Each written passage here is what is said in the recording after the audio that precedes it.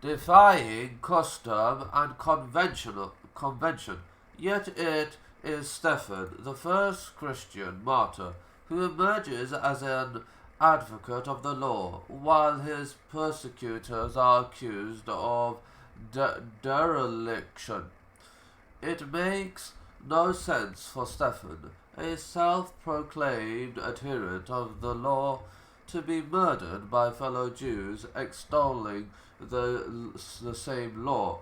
But what if those fellow Jews were acting on behalf of a priesthood which had come to an accommodation with the Roman authorities, were in effect collaborators who, like many of the French under the German occupation, for example, simply wanted a quiet life and feared an agitator or resistance fighter in their midst might lead to reprisals. The early church, of which Stephen is a member, constantly stresses its own orthodoxy, its zealous adherence to the law. Its persecutors are those who contrive to remain in good odour with Rome, and in so doing lapse from the law, or in Qumran terms, transgress the law, betray the law in this context. Stephen's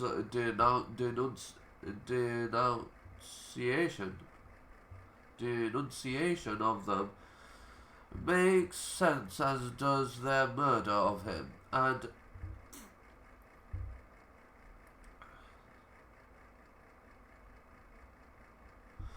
as we shall see, James the just, the Sadiq, or righteous one, the brother of the Lord, who best exemplifies rigorous adherence to the law, will subsequently, according to later tradition, suffer precisely the same fate as Stephen. According to Acts, it is at the death of Stephen that Paul, then called Saul of Tarsus, makes his debut.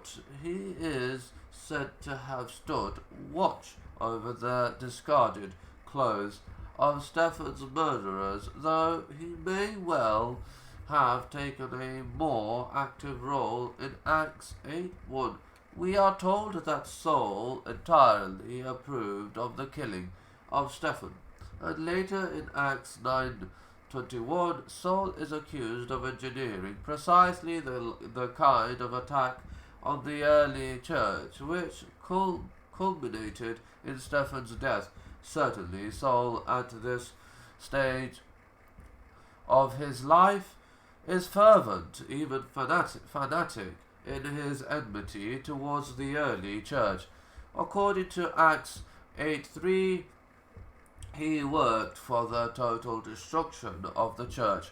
He went from house to house, arresting both men and women and sending them to prison. At the time, of course, he is acting as a minion of the pro-Roman priesthood.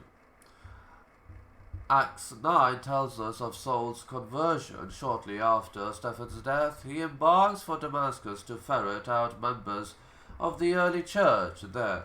He is accompanied by his hit squad and bears arrest warrants from his master, the high priest. As we have noted, this expedition is likely to have been not to Syria, but to the Damascus that figures in the Damascus document. En route to his destination, Saul undergoes some sort of traumatic experience, which commentators have interpreted as anything from sunstroke to an epileptic seizure to a mystical revelation.